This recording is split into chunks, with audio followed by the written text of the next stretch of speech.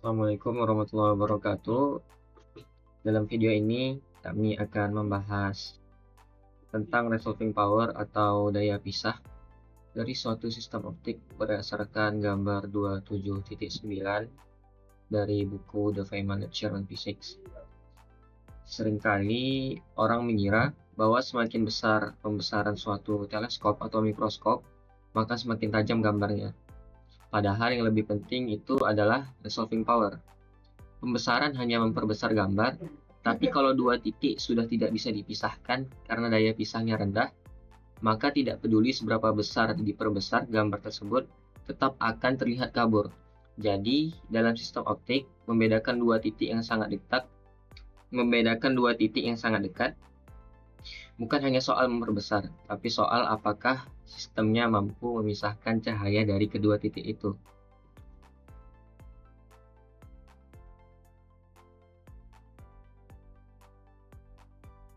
Lanjut ke pengertian dari resolving power sendiri. Resolving power adalah kemampuan suatu alat optik untuk membedakan dua sumber cahaya yang sangat dekat.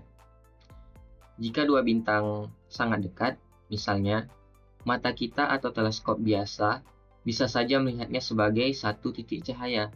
Namun, dengan sistem optik yang memiliki daya pisah tinggi, dua titik ini bisa dilihat sebagai objek yang terpisah. Resolving power menjelaskan seberapa baik suatu sistem optik seperti teleskop atau mikroskop bisa membedakan dua titik cahaya yang sangat berdekatan.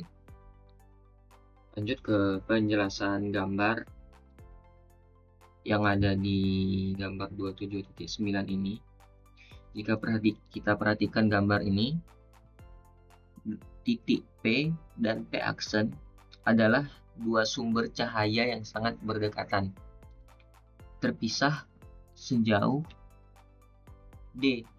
Cahaya dari titik P melewati jalur P ke R dan ke T. Cahaya dari P aksen melewati jalur P aksen ke S dan ke T. Dua jalur ini tidak sama panjang, sehingga waktu tempuhnya yaitu T1 dan T2 juga berbeda. Inilah yang menyebabkan interferensi. Ketika cahaya dari dua titik P dan P aksen menyebar dan bertemu di titik T ini, mereka bisa saling menguatkan atau melemahkan, tergantung perbedaan fasenya. Jika beda lintasan T1 dan T2 menyebabkan beda fase sebesar setengah panjang gelombang, maka gelombang bisa saling meniadakan, menyebabkan dark fringe. Jika sama panjang gelombangnya, akan muncul bright fringe. Inilah dasar terbentuknya pola interferensi dan kenapa dua titik cahaya bisa terlihat menyatu atau terpisah. Nah, kemudian saya akan menjelaskan konsep perbedaan waktu dan fase. Jika T1 dan T2 berbeda, maka gelombang cahaya dari P dan P aksen akan sampai di T dalam fase yang berbeda. Perbedaan fase ini akan menentukan apakah mereka saling menguatkan atau melemahkan. Jika mereka saling memperkuat, maka kita melihat satu titik terang. Jika saling melemahkan, justru tidak terlihat sama sekali. Inilah yang menentukan apakah dua sumber cahaya dapat dibedakan oleh mata atau sensor. Kemudian, asal mula resolving power. Sejak zaman Galileo dan Newton, para ilmuwan sadar bahwa lensa dan cermin memiliki keterbatasan. Dua bintang yang sangat berdekatan bisa tampak seperti satu. Hal ini bukan karena keterbatasan alat saja, melainkan juga karena cahaya adalah gelombang. Oleh karena itu, untuk membedakan dua titik, kita harus memperhatikan interferensi gelombang dan batas daya pisah sistem optik. Nah, untuk selanjutnya sendiri, interferensi dan resolusi. Nah, bayangkan jika dua titik terang bergerak saling mendekati, semakin dekat, pola gelombangnya mulai tumpang tindih. Ketika jarak mereka sudah lebih kecil dari batas resolusi sistem, maka dua titik ini tidak bisa lagi dibedakan.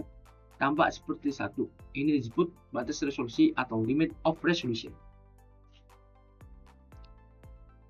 Secara matematis sendiri, sudut resolusi minimum yang masih bisa dibedakan oleh sistem optik diberikan oleh rumus theta sama dengan lambda per d, di mana lambda adalah panjang gelombang cahaya.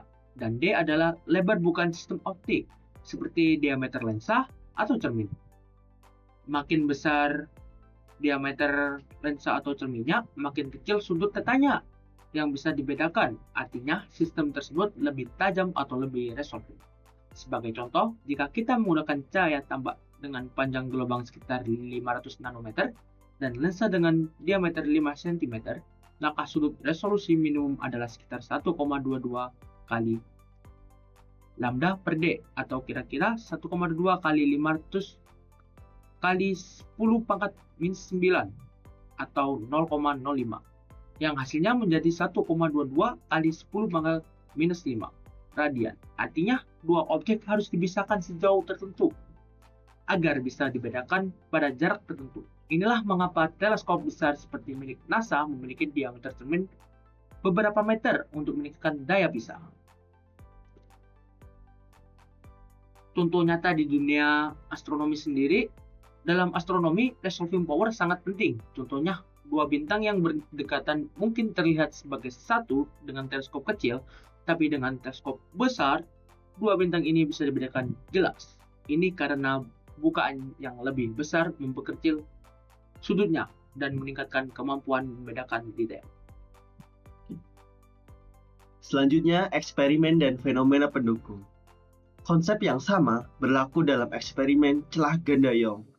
Cahaya dari dua belah celah menghasilkan pola terang dan gelap akibat interferensi. Ini menunjukkan bagaimana perbedaan lintasan dan fase memengaruhi hasil pengamatan optik. Fenomena ini membuktikan secara langsung bahwa cahaya berperilaku sebagai gelombang. Selanjutnya adalah kesimpulan. Dari gambar figur 279 dan penjelasan di The Feynman Lectures on Physics, kita memahami bahwa resolving power atau daya pisah suatu sistem optik bukan hanya ditentukan oleh kemampuan lensa membelokkan cahaya, tapi juga oleh fenomena interferensi yang terjadi ketika gelombang cahaya dari dua sumber tiba di layar atau detektor. Bila beda lintasan antara dua berkas cahaya yang datang dari titik berbeda, seperti di titik P dan P aksen sangat kecil, maka interferensi antara keduanya bisa membuat kita tidak mampu membedakan bahwa ada dua titik sumber. Itulah inti dari keterbatasan daya pisah. Feynman menekankan bahwa sistem optik yang baik harus memaksimalkan perbedaan lintasan. Ini agar dua titik bisa memberikan pola interferensi yang cukup berbeda dan bisa dideteksi secara terpisah. Daya pisah ini sangat penting dalam banyak aplikasi, seperti mikroskopi untuk melihat struktur sel, astronomi untuk memisahkan bintang-bintang di langit, atau bahkan pada teknologi kamera dan sensor dalam kehidupan sehari-hari. Kesimpulannya, memahami resolving power berarti memahami batasan fisik dari penglihatan kita melalui alat optik. Dan dengan prinsip-prinsip seperti yang dijelaskan Feynman, kita bisa merancang sistem optik yang mendekati batas maksimum ketajaman yang dimungkinkan oleh hukum alam. Demikian penjelasan dari kami mengenai resolving power of an optical system berdasarkan Feynman Lectures. Semoga bermanfaat dan menambah pemahaman kita dalam bidang optika gelombang. Sekian dari kami. Wassalamualaikum warahmatullahi wabarakatuh.